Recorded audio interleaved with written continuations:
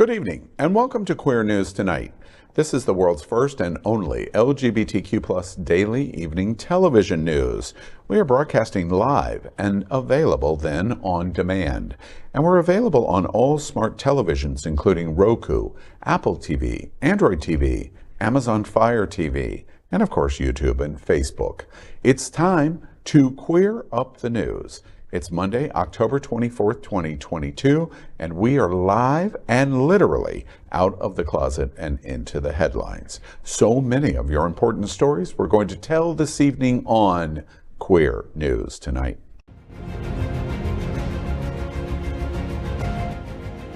This is the world's first live daily LGBTQ evening news show, literally out of the closet and into the headlines on Queer News Tonight with Al Ferguson. I'm your anchor at Queer News Tonight, Al Ferguson, and this evening we bring you the news of and a perspective representing the LGBTQ+ community from South Florida, America, and across our planet. This is the world's first and only unedited live LGBTQ+ evening news show. Whatever happens unique in LGBTQ+ news, you will see it and hear it. Happening Now Television Network is a 501c3 nonprofit media platform in the television and radio model of PBS and NPR, but designed for our LGBTQ+ community. We are part of one of the largest LGBTQ+ media companies in America, Hotspots Magazine and Happening Out Television Network. Our magazine is celebrating 37 years of the LGBTQ+ experience, and our television news, talk, and entertainment shows support our mission to educate the LGBTQ+ and broader community. Well, let's welcome anchor FayWhat. She is a radio and television personality and has a popular blog and YouTube channel aiming to unite the L and the G together.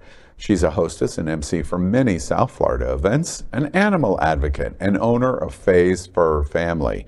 Also, make sure to catch the FayWhat Show, the first LGBTQ+ morning show, Mondays at 9 a.m. Eastern online, or, of course, on your smart TV. Good evening, Faye. Good evening, boys. I'm so happy to be here with you guys. I have an emotional I'm hungover, but emotionally, but I'm okay. My feet hurt, but that's okay too. I had such a great time at the gala this weekend that it doesn't matter that my whole entire body hurts. That's all I got to say. I'm just saying. All right, let's welcome anchor Orlando Gonzales. He is the executive director for SAVE, recognized as South Florida's longest serving organization dedicated to protecting people who are LGBTQ+ against discriminations. He also served on the board of trustees of the Point Foundation. Welcome back, Orlando. You were at the task force too. That's right. I saw you boogieing. See you. Yes, you were all fancy. It was wonderful. It's great to be here tonight. Let's welcome anchor Francia. Francia is an Afro-Venezuelan recording artist, singer-songwriter, dancer, lawyer, and yoga practitioner. His first album, Infinita, is streaming on all music platforms and is a genre-fluid melange of Latin rhythms.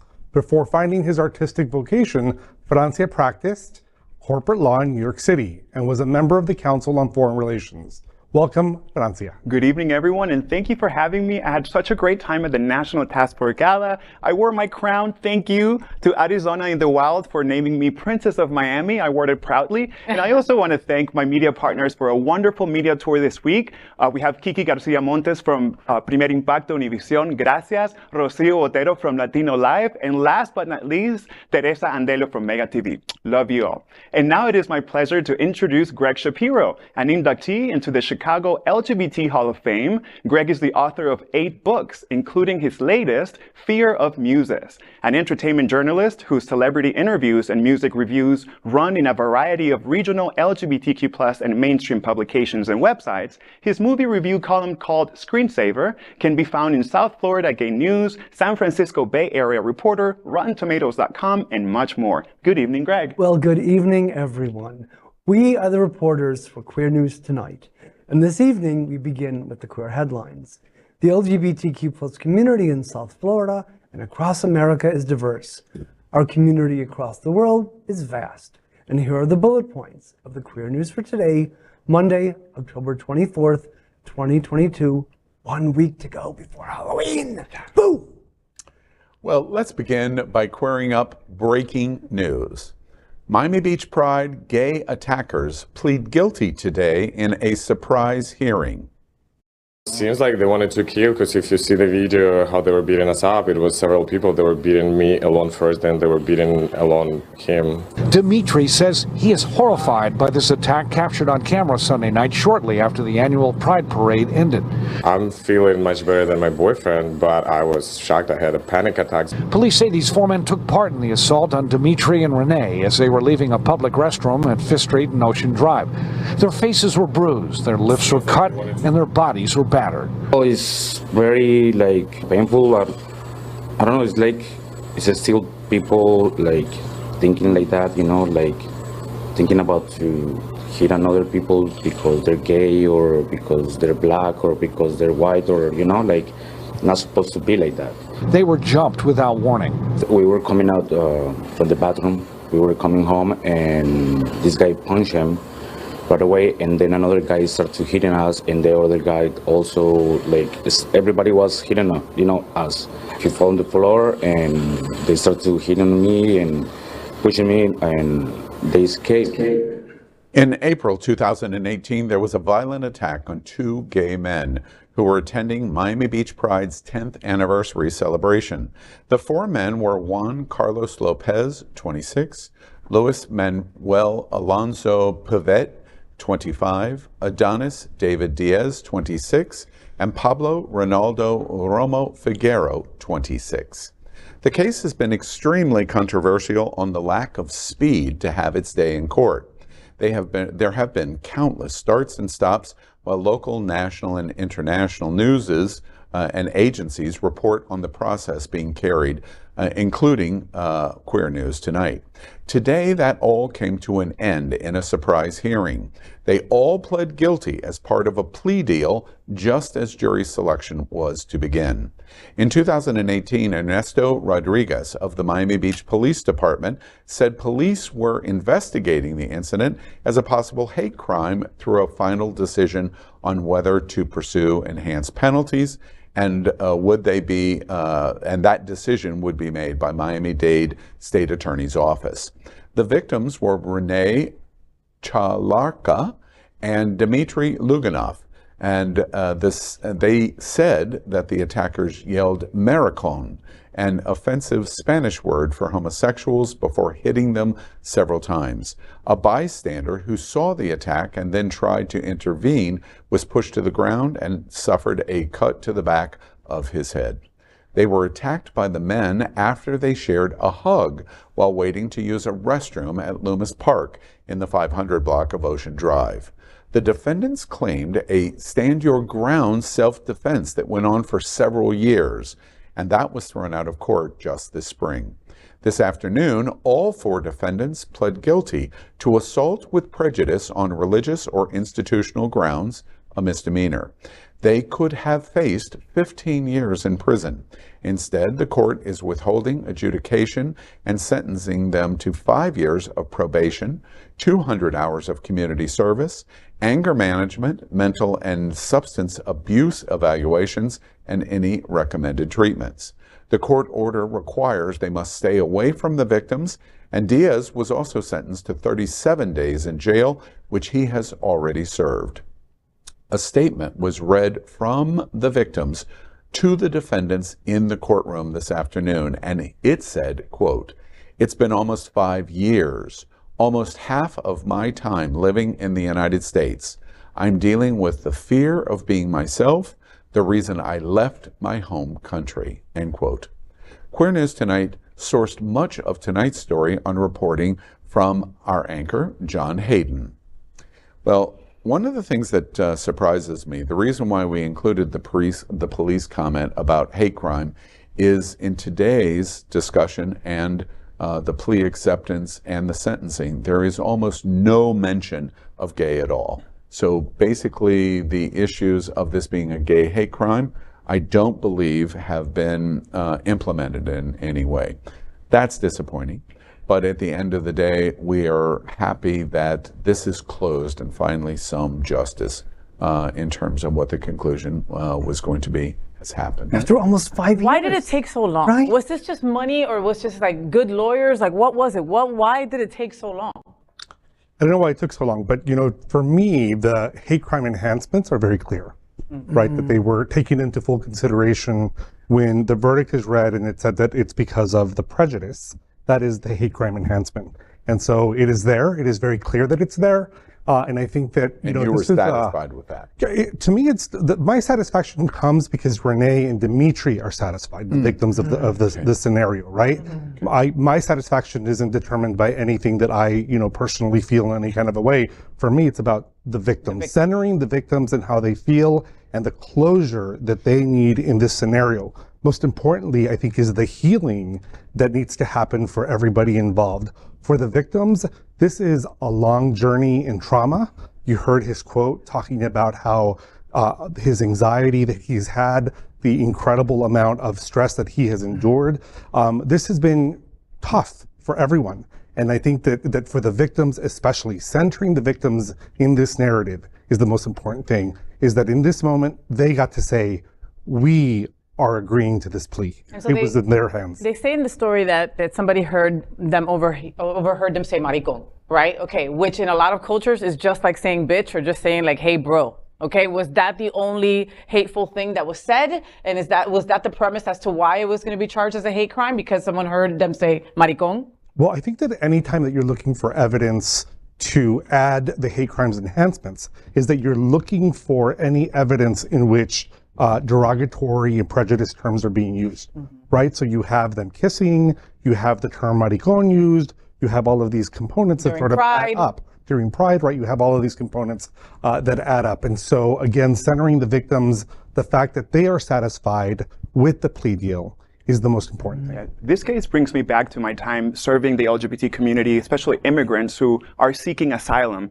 And we would use any kind of evidence to show animus against this couple. And what breaks my heart is that in making these cases together, we would bring evidence of similar attacks to them in their home countries. And the fact that they are experiencing here, a place that's supposed to be a safe haven and a refuge, breaks my heart. So finally, we find some resolution today. So they basically pled guilty because they didn't want to be in jail for 12 years.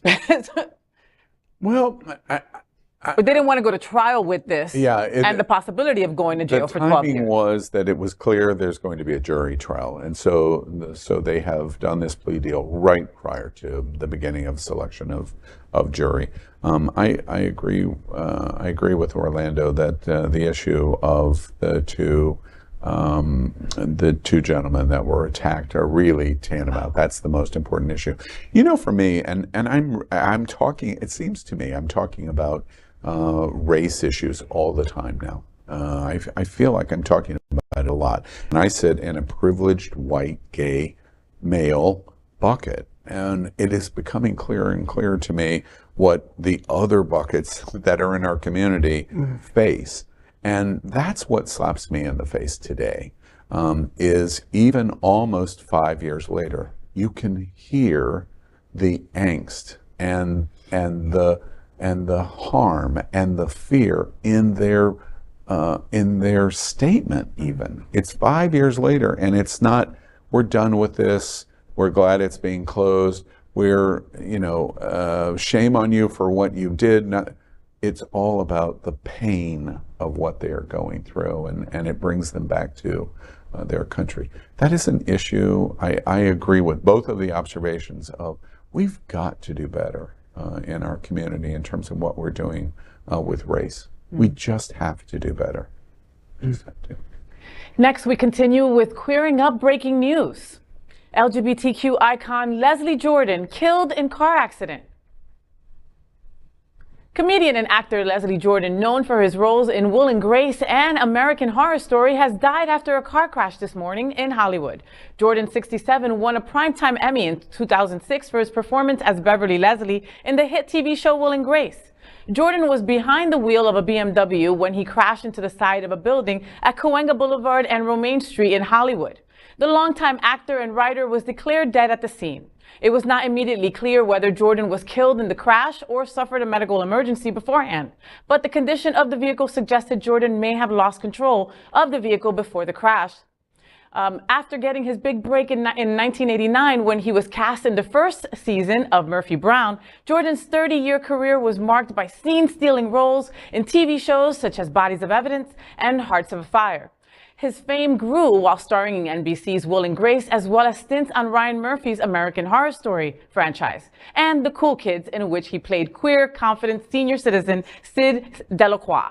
More recently, while holed up in an apartment of his native Chattanooga, Tennessee, during the early months of the pandemic in 2020, Jordan found online viral fame with a constant string of comedic videos posted to his Instagram, following of 5.8 million users, marked by his lively Southern accent.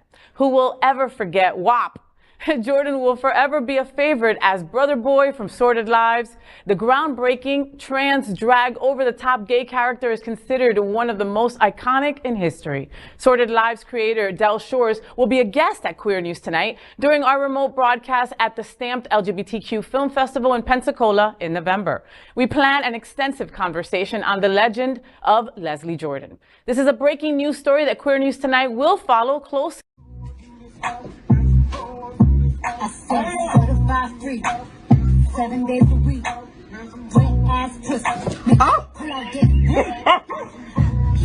Cardi B's new song, WAP. WAP, that's an acronym.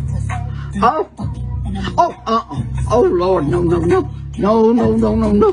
I can't believe it. Well, that is just shocking. Oh my God, they some whores in his house. There's some whores. Well, that's just, oh my Lord. I guess, well, I don't judge.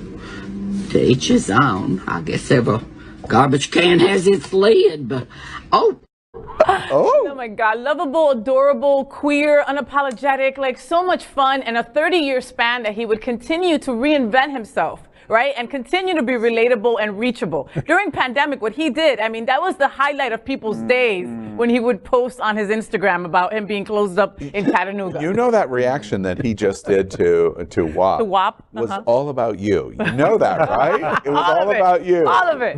You know, I feel like Leslie Jordan, no matter how many characters he played, he always played Leslie. Yes. Right? And so it doesn't matter what role he was playing or what name of the role, right? It's that people were just happy to see Leslie Jordan because they were guaranteed to laugh. Yeah. They were guaranteed to sort of, you know, have a moment to like cuddle up and be in the warmth of this incredible character. And just, we will all miss him. And I think that, you know, we think that there's a darkening to the world today because of this loss. Well, he actually says it in his memoir from a couple of years ago that he was supposed to be memorizing lines for a stage role, and he couldn't because I think he realized he's really not an actor. He was more of a caricature, but I tell you, it's a terrible loss, and I'm very grateful that I got to interview him 10 years ago, and he was every bit as funny in an interview over the phone as you would imagine as he is when he's on stage or in a movie or something. And he made you look tall as hell, didn't he? And I'm so glad that Hotspots magazine is paying tribute to him in the future to allow a homage for someone who's left suddenly. We miss you already. You know, one final thought about Leslie Jordan is a lot of people have characterized him through his career as the stereotypical effeminate gay man. Southern gay man. You know, it's the ultimate stereotype. He, in my opinion, and while that is true, it is true, and I love that, he also proves what a dynamo that kind of personality could be, because I agree he's a character, and he's the same character no matter what he does. There it is. Oh, it's Leslie Jordan playing Leslie Jordan. That very effeminate Southern gay man is also the only person that was possibly capable of taking on the lion of Karen Walker. Really? And putting her in her place. Putting her in her place repeatedly. Every time I think about him and his interactions with Karen Walker for the rest of my life, I will always smile. Always smile. You're going to be missed. Well, next, let's queer up South Florida and Florida. Black queer Jonathan Capehart interviews the president, then is interviewed by Queer News Tonight. This week in Queer News Tonight broadcast at the National LGBTQ Task Force Gala at the Miami Beach Convention Center. The event was attended by more than 800 of some of South Florida and the nation's most influential advocates for LGBTQ plus equality.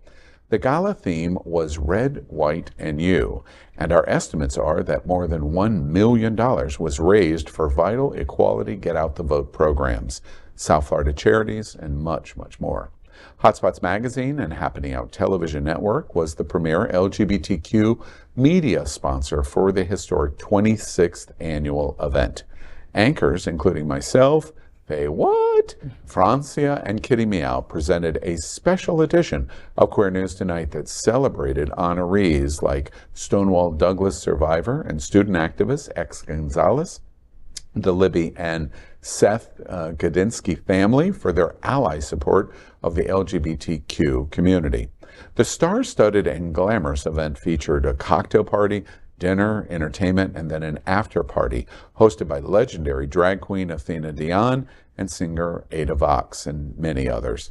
Special interviews were included in the special edition news show with Katie Fang, who presented the National Leadership Award. There was also a special interview with the task force executive director, Kiera Johnson, that you will see tonight. A highlight was the presentation of the National Leadership Award to MSNBC and Washington Post journalist Jonathan Capehart. The queer Black commentator is one of America's most recognized and respected journalists. Just Friday, before coming to the interview with Queer News Tonight, Capehart flew on Air Force One for a special extended interview he did with President Joe Biden. In the interview, he talks about that interview and his feelings on whether Biden will run for re-election in 2024. Capehart also talks about the dramatic moments the LGBTQ community is facing in Florida and across America. I am so excited to meet Mr. Capehart. We have him here tonight. Yes. And absolutely no introduction necessary. Katie Fang has already sat this evening and sang your praises. Of course, We'll talk mad stuff about you. Yes. All of the secrets. The LGBTQ community, of course, needs no introduction. Jonathan Capehart, you're being recognized tonight in the National Leadership Award. Congratulations to you. Thank you. Here in South Florida. Being in an event like the National Task Force, what does it, as a gay man, what does it mean to you? I've been trying to find the words. I remember way back when former Mayor Dinkins, another organization 15 years ago wanted to honor me. And I was like, why are they honoring me? Why did they? I haven't done anything. And he looked at me and he said, Jonathan, never deny anyone the opportunity to honor you. I was like, oh, when you put it like that. But to get this award from the task force really was, I mean, it's an honor that I can't really put into words. I'll try to do it tonight in my speech, but it's the National Leadership Award, which all I do is write and talk. That's what I do. But it's the task force that does the real hard work of like walking the halls of power and demanding equality and justice for us, for our community. And so for this organization to say, hey, we see you as a leader, we want to honor you, is just something that I hold right here. I don't know how else to. Well, this is just a short sample of Capehart on Saturday's Queer News Tonight.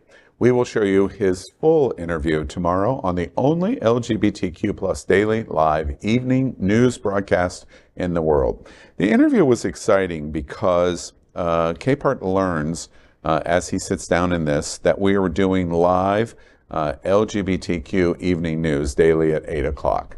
And I had a conversation later with him and Katie Fang about that, and that was a great moment. He talks about a number of things that were really important to me. I'm an uber Morning Joe fan at MSNBC in the morning, and he's on the show frequently.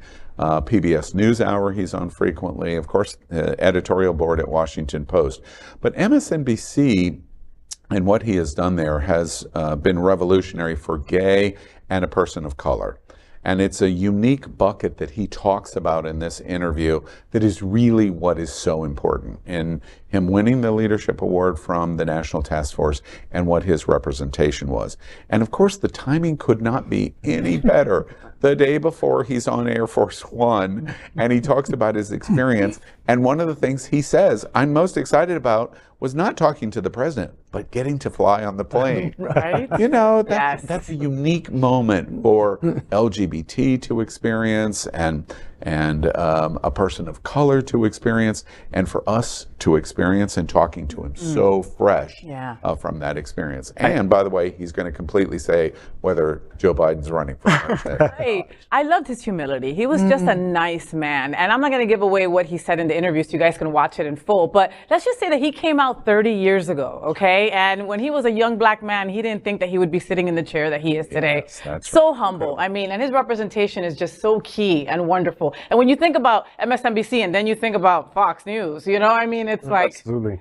he is fighting the fight every day. And that's why it's a well-deserved honor. You really deserve this for sure. And talk about a special moment. I got to tell him to his face how proud of him I am. And for me, as fangirl. I did find, I totally find fangirl. The same thing happened to me when I saw Rachel Maddow on the street in New York. I totally lost it. But to tell him as a rising black and queer news anchor how much this meant for me was so special. So thank you, Happening Outs Magazine and Hotspots Magazine, for the opportunity. My favorite moment in the night was the honoring of the Gudinski family. You know, if you've been in the movement, and I've been in the movement for 20 years, as a baby gay coming into the movement, you know, I had my gay. Yeah, as a baby gay, when I had that moment, right, when it was like you're being mentored by somebody who's just cares so much about our community, and to be in the presence of Libby, especially, who takes care and just is so meticulous about how she has done her activism, not just in a philanthropic way, but also in rolling up her sleeves, right? When we prepared for this gala, they called me up and they said, Orlando, do you have any pictures of Libby? And I went back to 1993, back to 1996. And what is it? It's Libby in the trenches, you know, counting the voter rolls, doing get out the vote work, doing the kind of work that we beg queer people to do today for our own community. And there is an ally, right? There's an ally who as a entire family have dedicated themselves to our liberation. Yes. Not their liberation. Ours. And over time, I mean, they have a queer daughter now, but back in the day, that was not known. That was not, you know, sort of They weren't that wasn't that motivation, right? And so it was just such a heartwarming moment, and I think it's because it's so much more local and so much more close that for me that definitely didn't have a dry eye in that moment. Thank you for that, because Queer News Tonight's #1 value is to tell stories. And I love that you share that story from the 90s about her and her involvement there. One last story before we move on to Orlando. It is not lost on me at one moment that we're sitting there doing a live queer evening news show, and we're getting ready to interview somebody like Katie Fang or Jonathan Capehart, who just got off Air Force One interviewing the president the day before. And the story is his story. And our story is our story telling his story.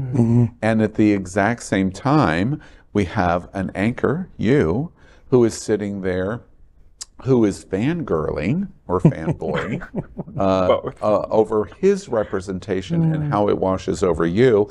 And you open that segment that Faye is telling, and you open the segment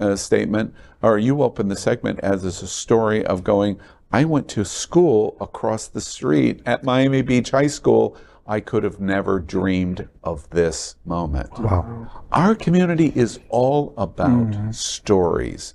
And we've got to remember in this very difficult time we're living in to tell these great stories over and over again, because that's how we'll change people's minds. Absolutely. Great story. Hearts and minds.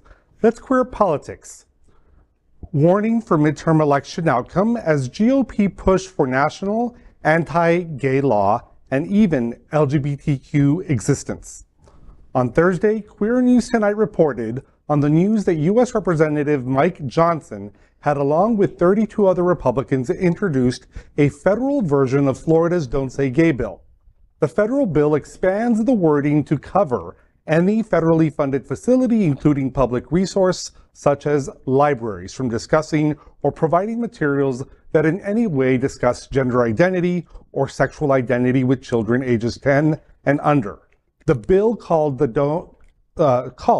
Stop the Sexualization of Children Act cashes in on the groomer narrative while ignoring the harm it could cause for children who are dealing with their own identities being ignored much needed resources.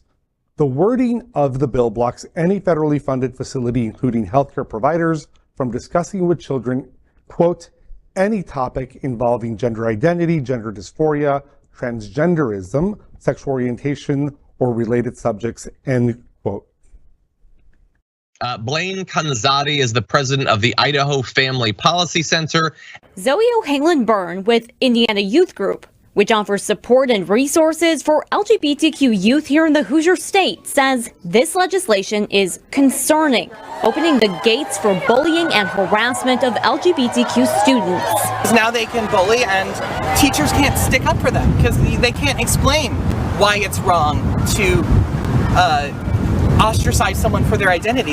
If they were to explain that, they could face really bad repercussions for it. So yeah, it is going to lead to more bullying and less that teachers can do. The teachers' hands are going to be tied as far as helping those students who need it the most. The bill defines sexually oriented material as any depiction, description, or simulation of sexual activity, any lewd or lascivious depiction or description of human genitals, or any topic involving gender identity, gender dysphoria, transgenderism, sexual orientation, or related subjects. It would impact federally funded facilities and programs, including libraries, schools, military bases, and hospitals, halting sex education in schools, or library books that include LGBTQ topics to kids under 10. Whenever these conversations come up, they use the word sexualization as like the buzzword to it, but it's usually actually tends to have more to do with identity. So I'm very concerned of what this is going to mean for these kids, that they have to feel the need to suppress their identity. O'Hanlon-Byrne says this bill was made to resolve issues that don't exist, but she says it will create problems for students in schools impacted by this suppression. She's hoping to see people around the country take action to ensure it's never passed. The danger of this bill, we cannot overstate it. The danger that we have been saying the Don't Say Gay bill in Florida would bring is now coming to you at the federal level. Most importantly, I think the thing for us to keep in mind is that the perversion of anti-LGBT people is that whenever they're trying to convince the public that whenever you talk about LGBT people, that you're also talking about sex.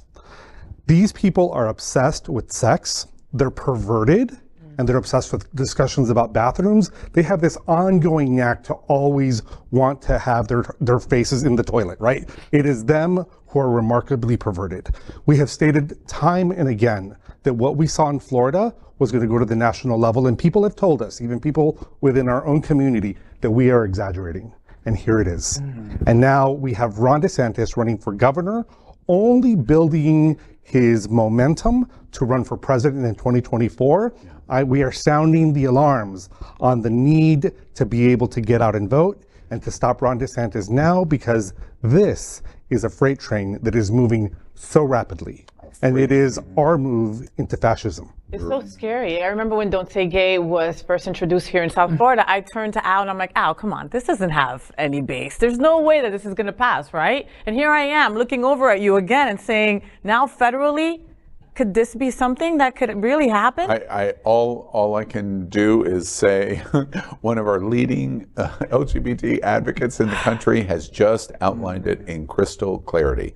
There is a speeding freight train heading right for us, and the question is, how do we stop the train, or how do we get off the tracks? Those are our only two choices, because the train's coming. For sure. And the train's going to run over our LGBTQ plus kids. Our children. Our children. You're going to kill our children, basically. That is what's going to happen. And this is in the face of progress, right? I think that a couple of news shows prior, We have reported the increase of people coming out at younger ages, the increase of number of people who identify as non-binary and bi. They've always been there, right? But the improvements that we have made and the advances that we have made are like a wrecking ball, right? The progress we make is the wrecking ball being pulled back, and it's coming back to attack us. Why? Because anti-LGBT people, transphobic people, and homophobic people do not like that we are thriving. And so their response to us thriving is to try to demonize us and to try to attack us into non-existence.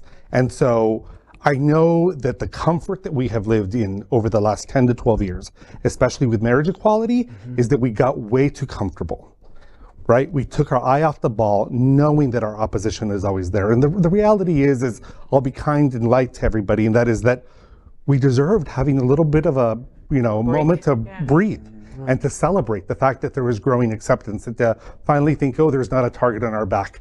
However, it's always been there. It will not go away. And therefore, organizations like SAVE, organizations like HRC, the Task Force, Equality Florida, all of these organizations that are doing the work in the trenches, they cannot cease to exist. Yeah, they must always be there. It's interesting to me because in some circles, some intellectual circles, they call it the Oliver Twist moment. You take your plate up to the foreman and say, "Please, sir, may I have some more?" And the very gesture of it is to say you're not worthy to be sitting at the table in the first place, which is what I hear you just say. Yeah. We absolutely are worthy to be at the table. We do not have to justify our existence, and we do not have to apologize for our existence. That's correct. Our problem is we're fighting a foe that doesn't even want to acknowledge that you are alive. And if you are going to live, don't talk. Don't speak about it. And we'll allow you to be in the place.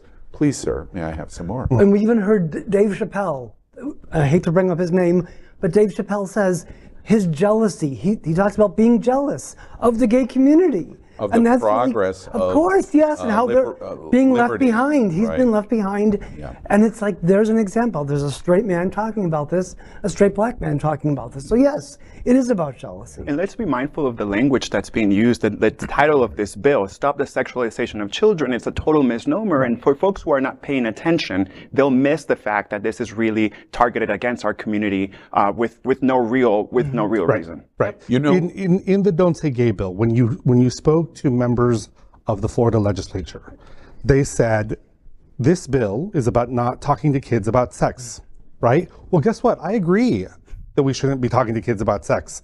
But when you read the bill doesn't say don't talk about sex. The bill targets our community specifically. That's right, exactly. And that's that obsession, that sexualization of us, right? That constant need to be so perverse. The breeders are the perverse ones, right? Like, If I can give an international perspective to this conversation, just today, I did an interview. We're doing this series called the LGBTQ Banned Book Club, and we're talking to authors all over America, but all over the world, of books that are being banned in the United States now and in Florida, and American Library Association ringing the alarm of what's going on. And of course, the top two places in America that are doing it is Texas and Florida. No surprise. In the freest state, banning books. Exactly. And I spoke to two straight women today in Holland, in the Netherlands, and they have a book that they wrote. It's a children's picture book. It is a picture book written in 2002, and in 20 years later, it's super popular. It's called King and King, and it is a children's picture book. And for 20 years, it's been widely successful. It's won just so many awards you can't even number them. And in 2022, 20 years later, all of a sudden, it's objectionable and can't exist. It is now the #4 most banned book in America. It is completely banned in every school district county in the state of Florida, King and King. It's a picture book. And you know what it's about? It's about the queen of this country in the picture book deciding, I don't want to rule anymore. I want my son, the prince, to take over the kingdom. But you can only do that in fairy tale fashion by finding your princess. So the picture book story is all of the prince princesses that he meets from different countries and lands to see, well, do you like her? One of them, by the way, being from Texas. And he, no, not her, and not her, and not her. And then the Princess of Greenland comes to the kingdom. And she, when she comes to meet the prince, also brings her brother, the Prince of Greenland. And the prince fall in love with each other. It is so beautifully done. Yeah. And there's nothing. It's just they fall in love with each other, and they decide, oh, that's what it is. The king and the king. Queen, and it becomes the king and king. And it's the number 4 most banned book in the country. Completely banned in Florida. And I asked these 2 straight women who wrote this in 2020, we didn't even consider LGBT. We didn't even think about what we were representing here other than the beautiful story that love is for everybody, including this prince. And when all of this came up, I asked them today in the interview to tell about their experience in the Netherlands and how do the Dutch feel about what they're watching in America. And there's shock. There is absolute shock from them of going, we don't even understand why you're doing this. What is the reason that you're pursuing it? Well, the answer is there isn't one. Yeah. Orlando just describes the bill. The bill is nothing other than to ban you. It's not to protect anyone or give rights to parents. It is to restrict and ban for what reason? Power and money. DeSantis is power and DeSantis is money. And that was the Dutch point of view today. When you put it in a global perspective, I think about our national identity, right? So to other people in other countries, we are what we've been telling them we are always, right? We're freedom, we're liberty, we're equal protections, etc. And now they're looking at this saying, what happened? Y'all are wrong. You're not who you say you are. Yeah. And you know, this is the country also of mass marketing, like, right? We brought McDonald's to everybody, and they're now seeing us as like, you all are phony. You all are false advertising on your freedom and your liberty. Like, what in the world? And to me, you know, when I think about that perspective, I think that we are now losing ourselves as a country in our national identity. It is, you know, every you know, empire has a rise and it has a fall. And this is it. One final story, or one final thought, because we've got to move on to Faye's story.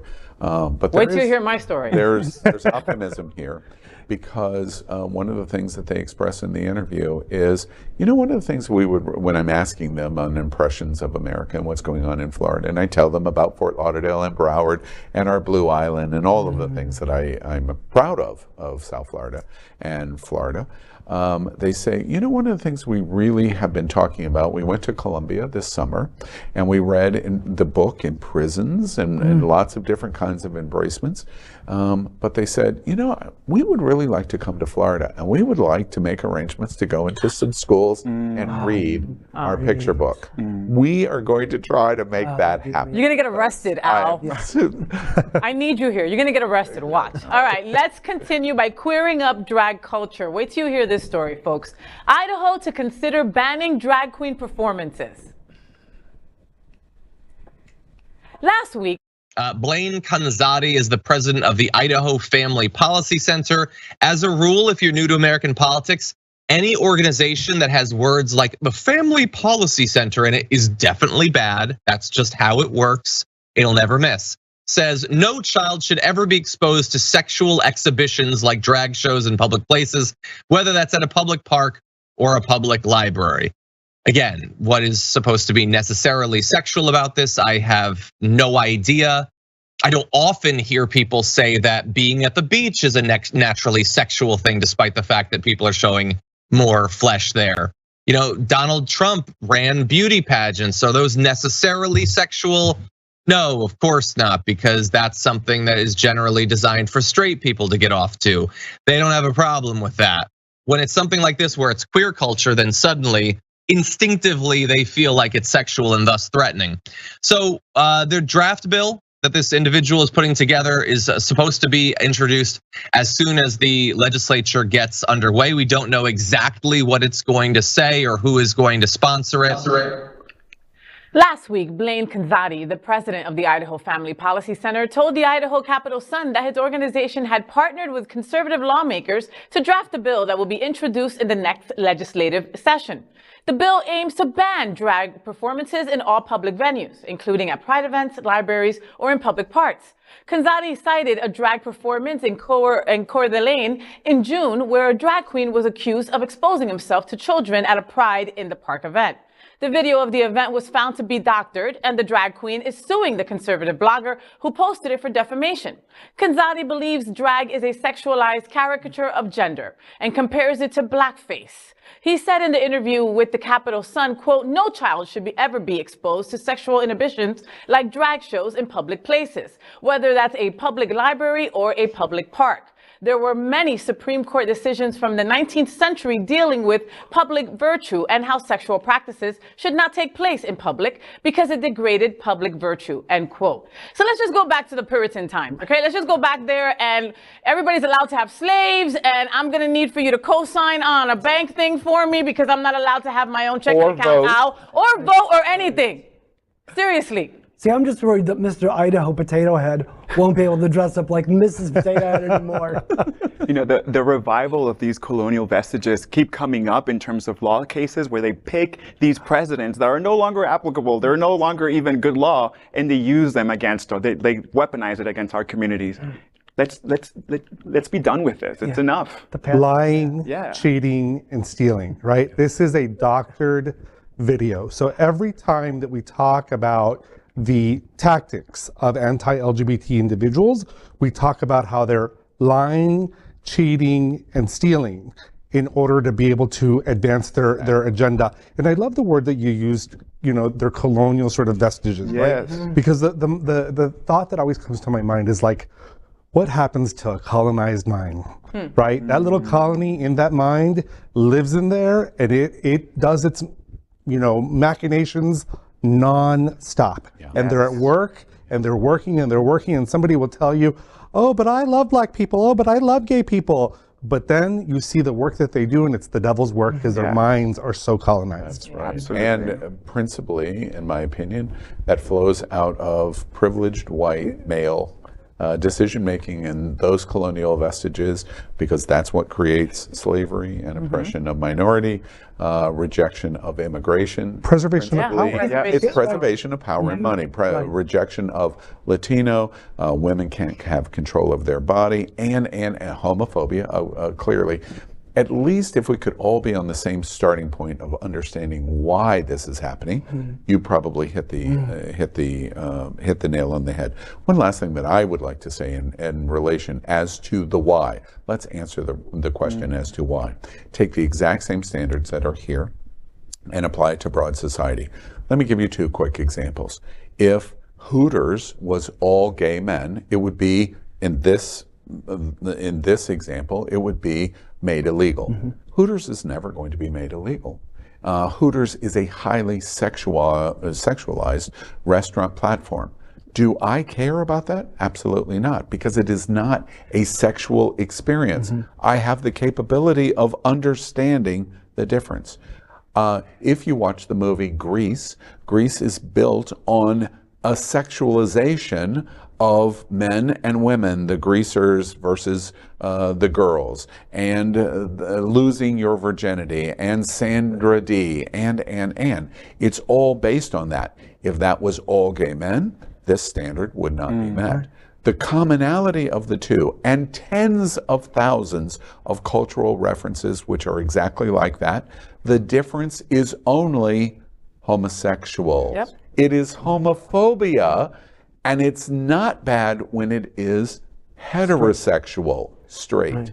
That is the quintessential definition of homophobia and the hypocrisy of it. If you take a kid to Hooters, if you take a 10-year-old boy to Hooters on his birthday, okay, they will put him up on a table, put balloons in his shirt, like boobs, and all the girls will dance around him, all right? There's nobody protesting outside of Hooters, are there? If it was a gay place, completely different. It would be a mess. And I love your anger today, Faye. Yeah, I do.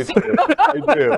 RuPaul has She's going to go canvassing on Saturday. This is a right? map. That's exactly. Knock, knock, knock. RuPaul has canvassed a brand for 35 years, and the whole world celebrates it, and it wins Emmy after Emmy, and its inclusivity and how positive it reflects on the caricature of drag.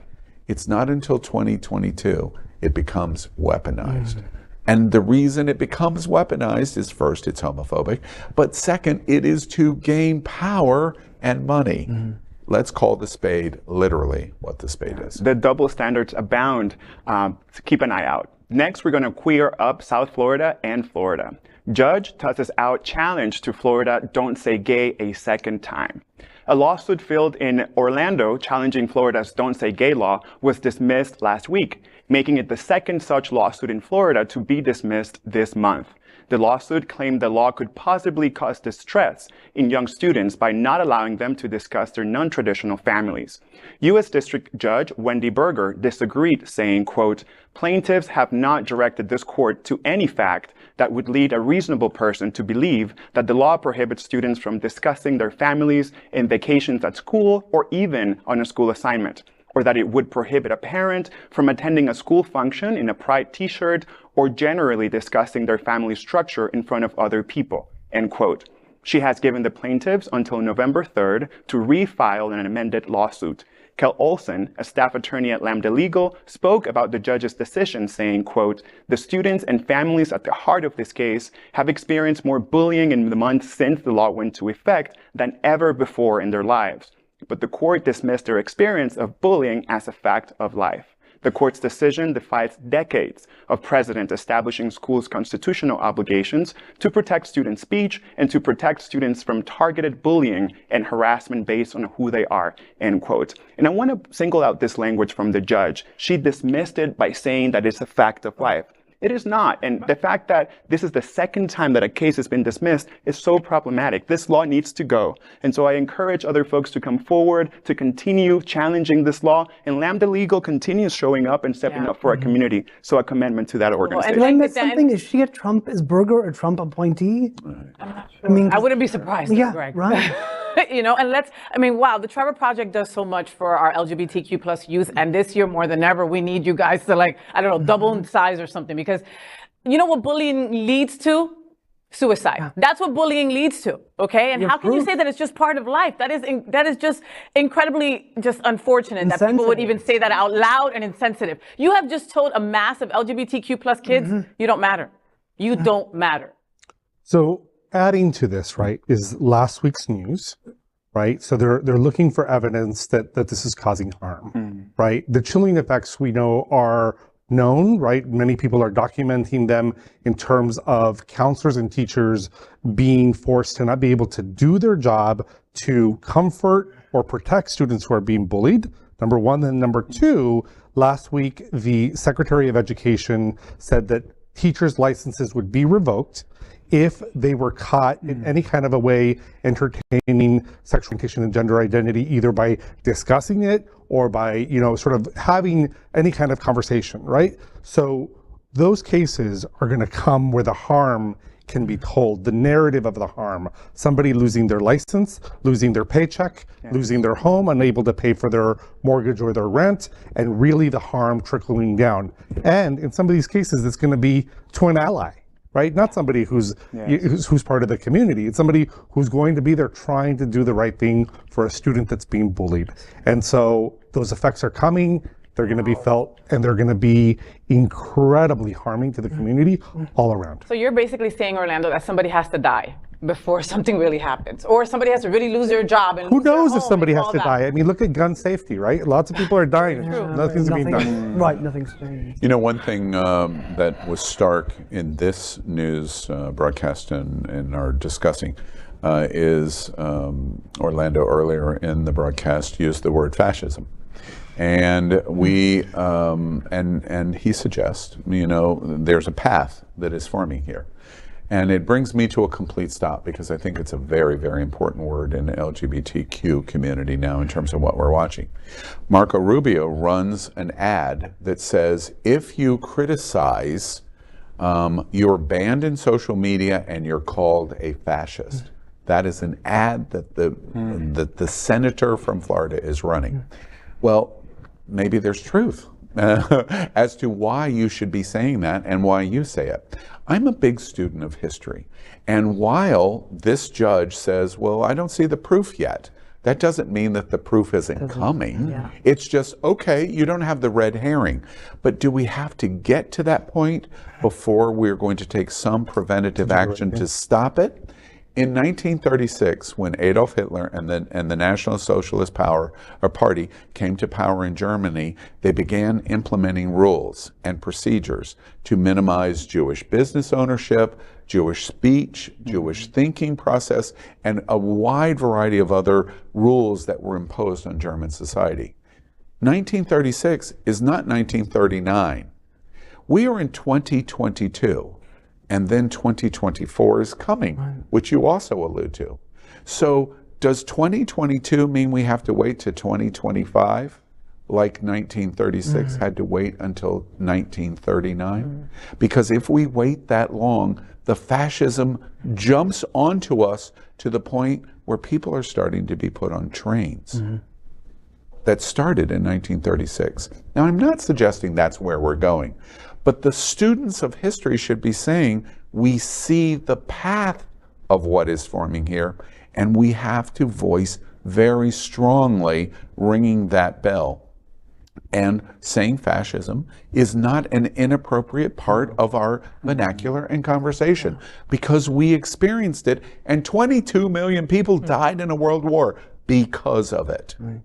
And the whole world's going, what's going on in Florida? We have to pay attention to this. It's very important to pay attention to. And now we're going to pay attention to queering up entertainment. Breaking news. By the way, thank goodness. Channing Tatum will film Magic Mike 3 in South Florida. Recently, Queer News Tonight was joined by film and theater producer Bruce Robert Harris to discuss the new Magic Mike live show. The show is being held in a special venue at the Old Marine Stadium site in Key Biscayne, and will be running for the next 6 months. During the interview, it was also revealed that Magic Mike 3 will begin production soon. Steven Soderbergh will be returning as director, and it will be the final film in the trilogy. It will also be filmed in the special Magic Mike Live tent here in Miami. And it will all tie the brand together. We also have findings. Tell us a little bit about Channing Tatum's imagination here. I mean, putting his thumbprint on this, wanting to develop a live version of the two movies, right? Well, I have to tell you also, the third movie is about to be announced. It's a bit of a secret. Steven Soderbergh is directing the movie. Channing is this will be the final third movie, and it will be filmed in this tent very shortly, and it'll be in Key Biscayne. Yes, and it'll be included in the movie. You're breaking news. I'm breaking news. Yeah. And it will be filmed in the tent, and it will all tie the brand together. We also have Finding Magic Mike, which is a television show, which was a reality show, and the winner went into the Vegas company, and we'll be bringing that back as well on HBO. So there's just a lot of excitement around the brand. Make sure you get your tickets to see Magic Mike live at mmltour.com, and tune in tomorrow for the full interview and details on the show. Details. Well, I have to say I was very lucky. I got to interview Joe, I'm going to mangle his name, Manganiello, when the first Magic Mike came out. And he was a doll, and the movie wasn't so bad either. Really? Did you even watch the movie? You can watch the movie on mute, and it's okay, because it's a crappy-ass movie. I saw the first one. The second one, I don't know if I'll go to the third one. I mean, the second one. There's no gay man that would say what you No, and my best friend, Michelle, she just went to Magic Mike over the weekend, and she sent me pictures, I mean, and like, she just had sweat all over her, and she had a fabulous time. So if you got a friend that hasn't gotten any in a while, take her to Magic Mike, because she's really going to enjoy it. No? or your favorite gay boy. That could also work too. Next, we are proud of our special partnership with Sunshine Cathedral, the world's largest queer church right here in Fort Lauderdale. Supporting that partnership, we are broadcasting from our permanent set here at Sunshine Cathedral at the Happening Out television studios. We broadcast Sunshine Cathedral's Sunday International Service at 10:30 a.m. Eastern with more than 30,000 watching every week.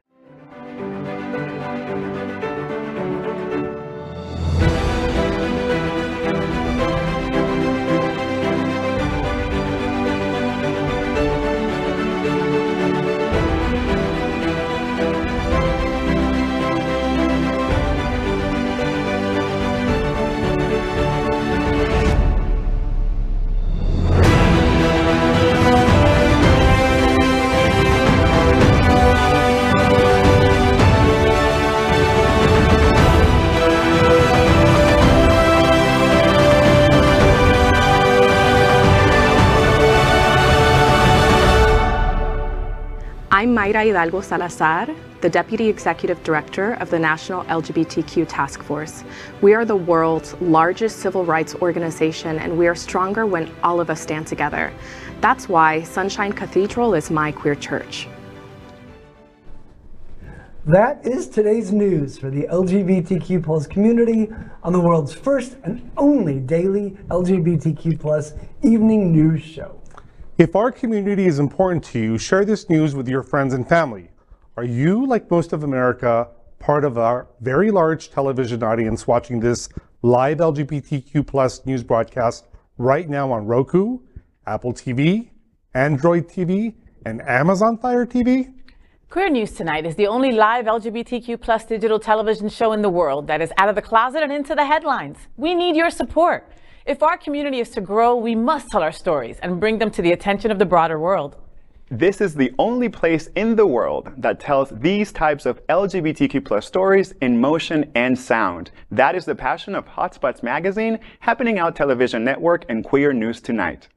I'm your anchor, Al Ferguson, and on behalf of these LGBTQ plus reporters, the anchors of Queer News Tonight, including FayWhat, Orlando Gonzales, Francia, and Gregg Shapiro, we will see you daily at 8 p.m. But before we end our show, we have one final story. There's more! Finally, we queer up the big interview. National LGBTQ Task Force Executive Director Kiera Johnson discusses why America is red, white, and you. This weekend, I anchored with Al, Francia, and Kitty Meow a special remote edition of Queer News Tonight. The special broadcast was in the middle of the National LGBTQ Task Force Gala, and stories included the importance of November 8th midterm elections, the special honorees, charities that are benefited, and covering major 2023 events, including the Creating Change Conference in San Francisco in February and a Winter Party Festival in March. A special highlight was interviews with MSNBC Live with Katie Fang and National Leadership Award winner Washington Post and MSNBC anchor Jonathan Capehart. But perhaps the best moment was Al Ferguson's interview with the National Task Force Executive Director Kiera Johnson. They talk about the moments we are experiencing in both Florida and the fight for democracy in America. She talked about minority representation, the culture war that is going on, and what's next for the LGBTQ plus community.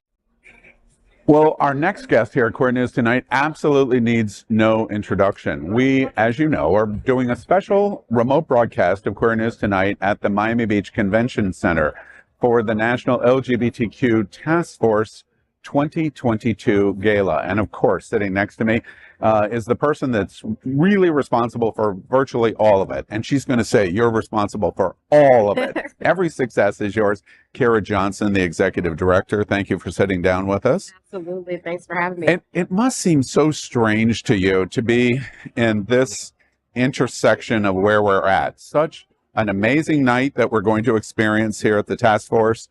And at the same time, so many difficult things that we're watching here in Florida and all over the country. Tell me about those two different feelings, the love and the joy, and then the hate and the despair. Yeah, in some ways it feels like, having whiplash, but for our community, it's not new, right? We've experienced hard times before. And one of the things the LGBTQ community always does is celebrate self, right? Celebrate community, come together and take care of each other. And so in a lot of ways, this, this event and the events that we do honor that, right? We bring each other together to show each other love and affirmation and to remind each other that we are resilient because we have other fights ahead. We've got more work to do.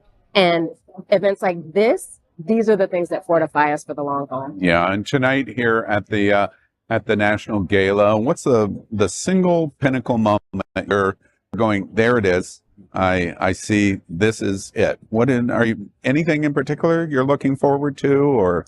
Young people have always been at the forefront of movements, from abolition, civil rights, women's lib, and right now. And I am so excited to see the energy and the commitment and the power of young people right now. And I'm excited that we're going to be honoring Gonzales tonight, awesome. who is an amazing, brilliant, represents powerful, in an incredible way young queer person. Yeah. And they're fighting at an intersectional, at the intersection of multiple issues, which is what the task force's work is all about. Yeah. We were counting up. We're doing a joke. We're running into the last days of November 8th. Yeah. The gay community. It reminds me of Gone with the Wind in Atlanta. Those last days of, well, what's going to happen? What's going to happen? The gay community, LGBTQ community. Honestly, I can feel the tension of what's going on in our community. You have an opportunity to spread some optimism. What would you say about the lead up to November 8th? You know what? The queer community is growing in number, and we're growing in power. Mm-hmm. And that is a hopeful place to remind ourselves about. More and more young people are coming out as lesbian, gay, bisexual, trans, and queer. Now is the time for us to start engaging them in political activism and remind ourselves that we're not just powerful as individuals, but collectively, we can leverage our community power to create real change in our cities and our states and nationally. Mm-hmm. One other interesting thing, we're gonna tonight, as we broadcast, when we go on the air for Queer News Tonight, we're going to do many stories about the task force mission, why they do this national dinner, and major products and programs like a winter party, creating change. I'm very excited about, and tell you the mission of the National Task Force and why. Their theme tonight, Red, White, and You, is really an absolute bullseye of the need for you in our LGBTQ community. So I know your time is super precious as we get ready for this, but the last thing I want to ask you about gives me an opportunity. The new executive director for the HRC has been selected. You and Myra sit in your positions at the National Task Force. The executive director at GLAAD. Our major national organizations are led by queer women. How exciting is that for you to be in that very exclusive club? It completely is just unbelievable and so exciting. And it is powerful to see so many women and so many people of color coming into leadership of national and state-based organizations across the country. Yeah.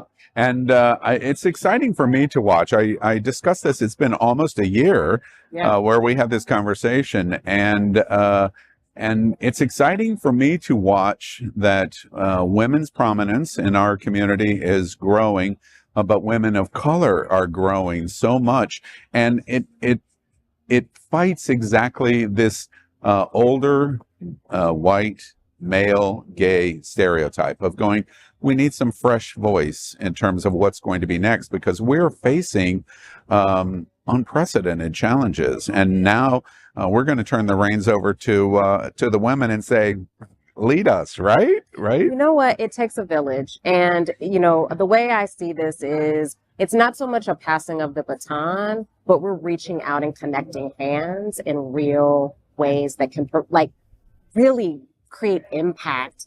When I look at organizations like GLSEN and Family Equality, the number of transgender organizations that have emerged over the last decade, also many of the national ones are led by women and trans people of color. this isn't about taking the reins. It's about having more horses, right, in the fight, and that's really exciting. Yeah, exactly why you're the executive director, because you said it so much better than I did. So congratulations to you, the entire National LGBTQ Task Force. You're getting ready. We're going to show you every detail of this incredible event, and it's all designed to lead us to November 8th. Get out and vote. Get out and vote. That's right. Kiera Johnson, Executive Director of the National LGBTQ Task Force. Thank you and congratulations. Thank you so much.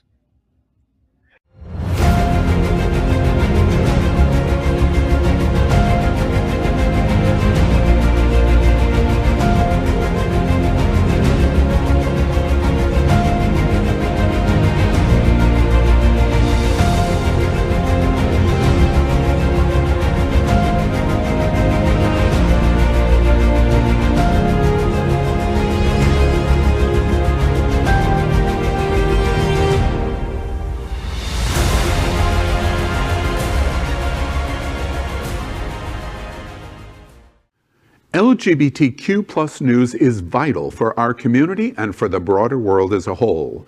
We have enough enemies at Fox News. Tucker, Sean, and Laura are loud. We need passionate allies. Happening Out television network, Queer News Tonight, and It's Happening Out are literally out of the closet and into the headlines. Our community needs your